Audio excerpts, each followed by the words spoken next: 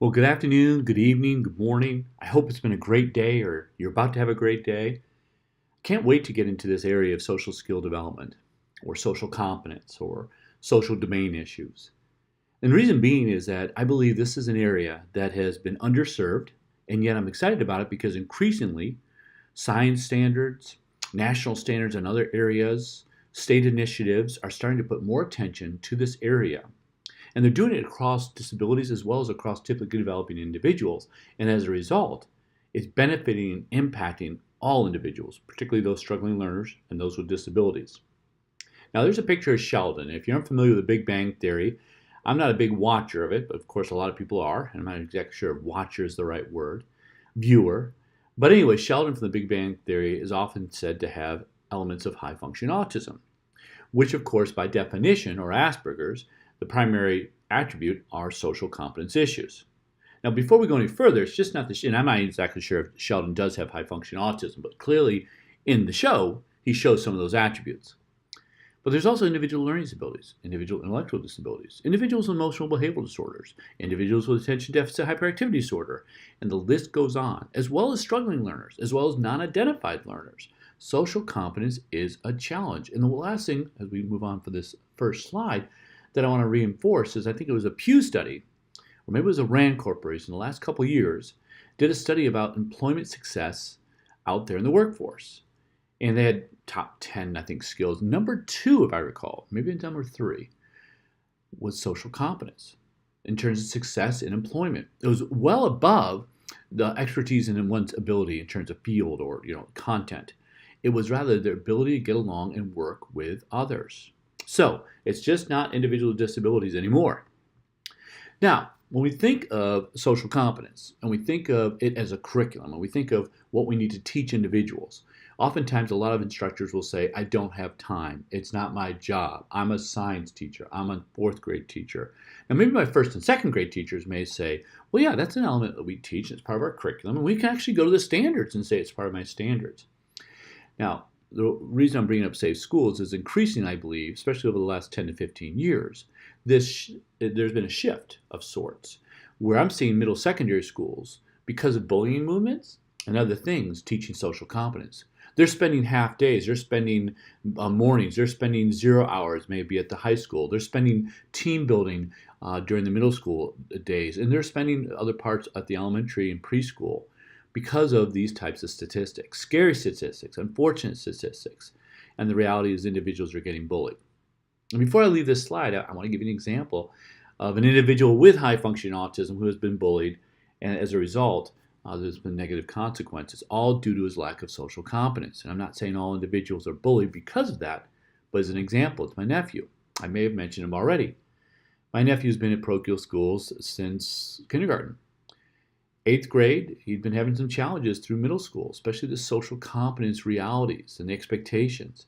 And he has high functioning autism, quiet kid, bright kid, nicest kid you want to know. But he's been bullied and bullied and bullied and bullied. And finally this fall, my sister, before Halloween, said enough is enough. Had been working with the administration, the same administration, for years, and finally said, I have to homeschool my child because not only is he being bullied, but he's being disciplined because of the outcomes of the bullying, which I can get into on another day. So anyways, very relevant issue, very real issue in our schools today. Now, oftentimes it's been referred to as a hidden curriculum. And by being referred to as a hidden curriculum, the element in here to me is that there's an element that, yes, there's a challenge, but also there's a curriculum that we need to address. There's ways that we need to instruct these individuals.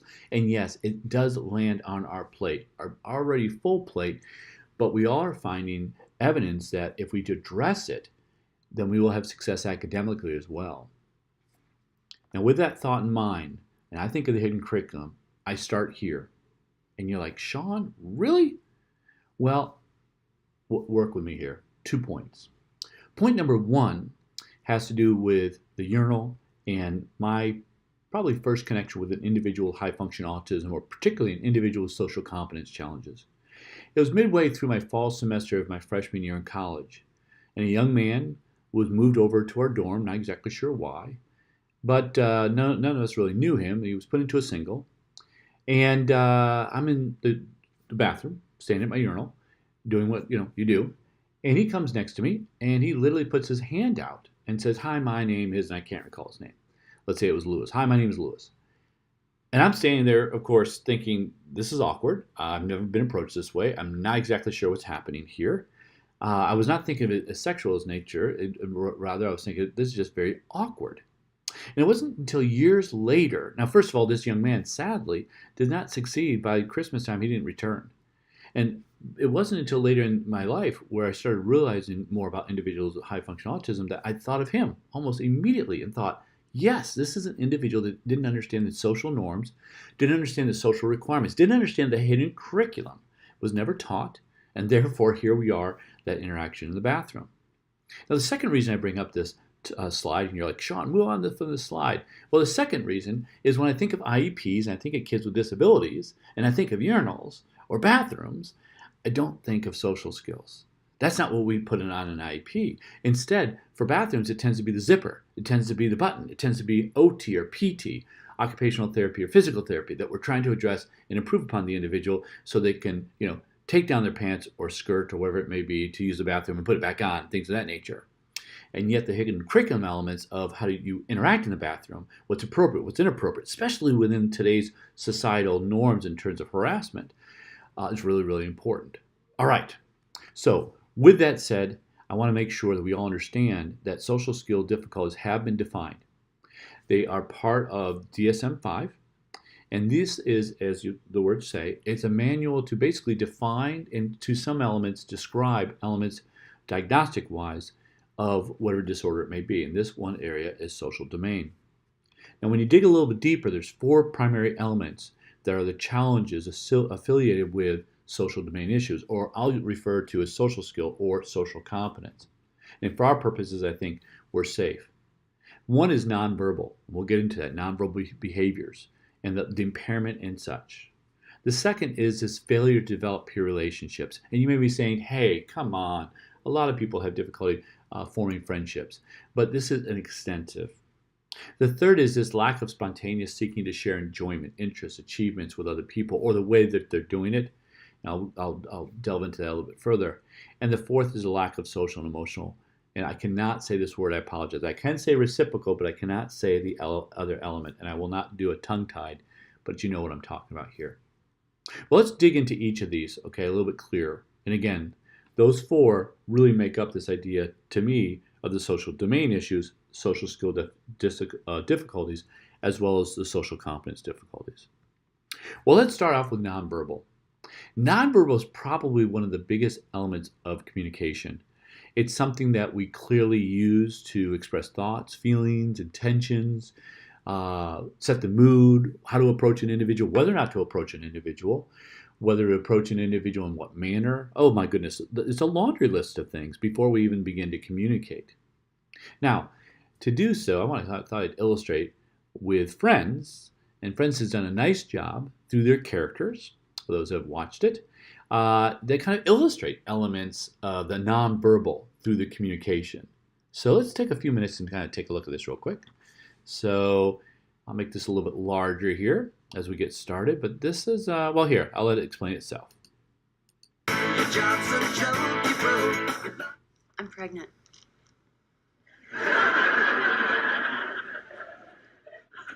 And you're the father, by the way, but you got it.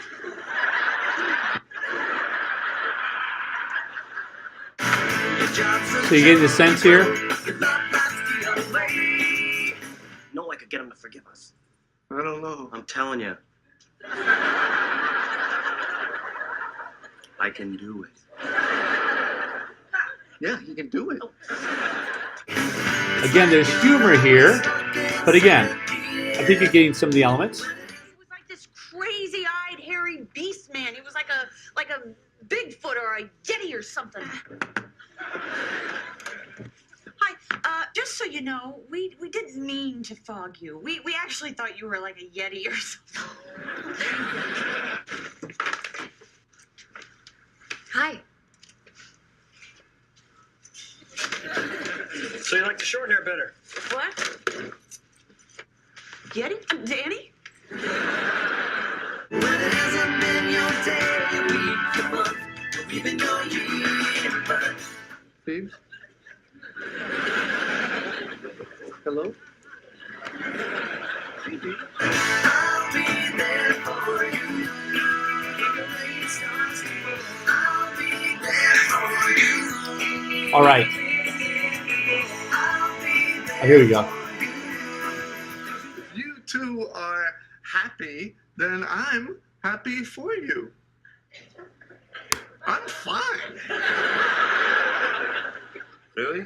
Absolutely. I'm fine.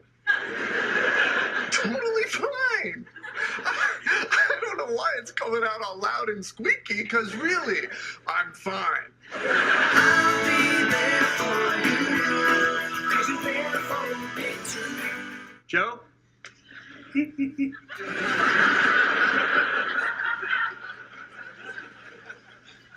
Well, I guess Joey went home. Oh, and look, there is still one box that I have to unpack.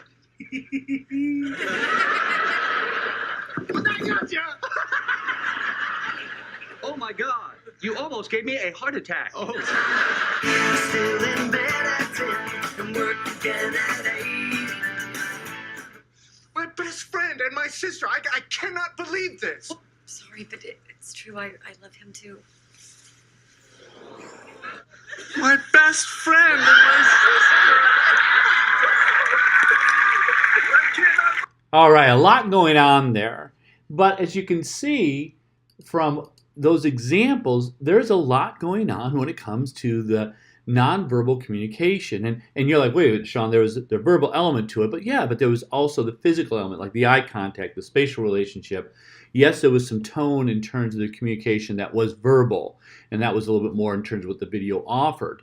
But there's a number of elements here that we need to be aware of that oftentimes are just not understood, and because of that, the complexity of what's being conveyed, individuals don't understand, appreciate, and then it gets them into challenges because, well, my goodness, we've communicated to you in very clear ways, and you're just not making the connection.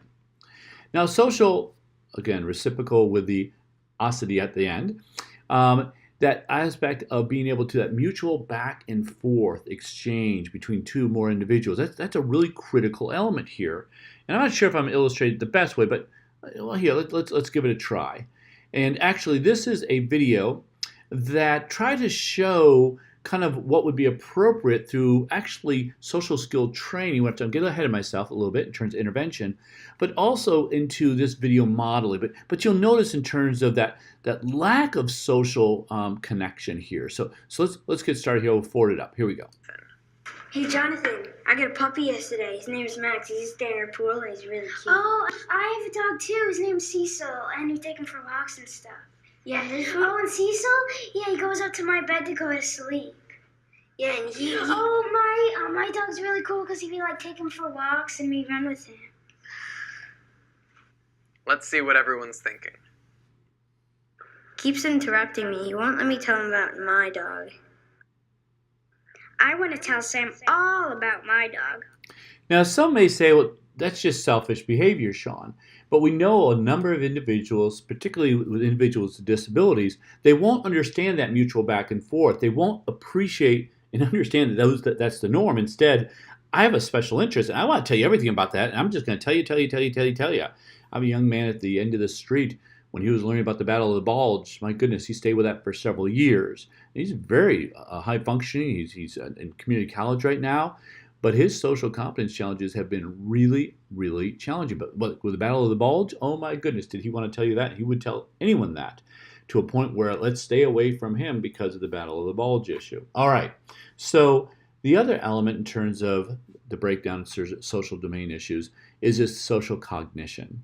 And here is this basically understanding the intentions, mode, behaviors of ourselves and others. And this isn't a perfect example, but an example in terms of this idea of self-awareness, the knowledge in terms of how we're coming across, the perspectives others are taking that we should also be taking. That's really, really complex for some individuals if they don't understand it. Therefore, direct intervention. And let's use Sheldon, the Big Bang Theory, on this one. Here we go. I believe I've isolated the algorithm for making friends. Sheldon, there is no algorithm for making friends. Hear him out. If he's really onto something, we could open a booth at Comic-Con, make a fortune. See, my initial approach to Kripke had the same deficiencies as those that plagued Stu the cockatoo when he was new at the zoo. Stu the cockatoo? Yes, he's new at the zoo. It's a terrific book. I've distilled its essence into a simple flowchart that will guide me through the process. Have you thought about putting him in a crate while you're out of the apartment? Hello, Kripke. Yeah, Sheldon Cooper here. It occurred to me that you hadn't returned any of my calls because I hadn't offered any concrete suggestions for pursuing our friendship. Yeah, perhaps the two of us might share a meal together. Yeah, I see. Well, then perhaps you'd have time for a hot beverage. Popular choices include tea, coffee, cocoa. I see. No, wait, don't hang up yet. But what about a recreational activity? I bet we share some common interests. Tell me an interest of yours. Really? On actual horses? Tell me another interest of yours. Oh, no, I'm sorry. I have no desire to get in the water till I absolutely have to. Tell me another interest of yours. Uh-oh, he's stuck in an infinite loop. I can fix it. It's interesting, but isn't ventriloquism by definition a solo activity? Yeah. Tell me another interest of yours. Is there any chance you like monkeys? Yeah, what is wrong with you? Everybody likes monkeys. Hang on, Kripke. A loop counter and an escape to the least objectionable activity. Howard, that's brilliant. I'm surprised you saw that. Gee, why can't Sheldon make friends? All right, Kripke, that last interest strikes me as the least objectionable, and I would like to propose that we do that together. Tomorrow. Yes, I'll pay. All right, goodbye. All right. Time to learn rock climbing. All right, so you're getting a sense of, I hope you're getting a sense of some of these issues. And hopefully in terms of, there's some humor there in terms of the illustration, but in that last one, that lack of awareness in terms of Sheldon, the interaction with that other character who I don't know his name, that perspective taken, and of course, Kripke in terms of that interaction with that individual. So those are all challenges when it comes to what would be the social domain issues, social skills, social competence, and the like. Now, the last, in terms of skill acquisition versus performance deficits, probably is the best example here would be, think of a young child in terms of, may not know how to effectively join an activity with peers. And if we want this child to join in activities with peers, we need to teach him or her the skills. And that element, this last element here, is really where you're going to spend some time. Yes, you will spend some time or have spent some time with the readings on not only what some of these social challenges are, but also what these interventions are and that are successful. We're also specifically going to look at social skills intervention this week, and you're particularly going to develop some and look at those across several mediums. All right, now before we leave here, we also need to think about all right, well, Sean, those social domains are there. Those are criteria for consideration. What's our next step? Well, oftentimes we need to assess. Now, I offer an assessment scale there, the Social Skills Improvement System, and you can see it's a little cloudy. I apologize. The SSIS. Google it, and you'll find it. But equally important, besides just some sort of formal rating scale system, there's a way of just taking a look at the strengths and needs of the individual. Now, part of that's observation. You just observe the individual out in the playground. You observe the individual in the cafeteria. You observe the individual in some sort of play that's going on that you haven't structured. As well as you observe the individual in some structured cooperative learning, structured teams that you've organized, structured peer-to-peer tutoring that you've organized. Now, that's more controlled. There's parameters there versus something out in the playground or wherever it may be. You also might want to interview the individual, interview their parents. See what is the norm at home or the norm in the community. So, for example, my nephew, who I'll call Sam, if you actually interviewed his mom, you'd find out that at Boy Scouts, very similar in terms of his attributes at the middle school. Now, is he successful at Boy Scouts? Yes, but the outcome there is to do individual work, in many instances, to get badges.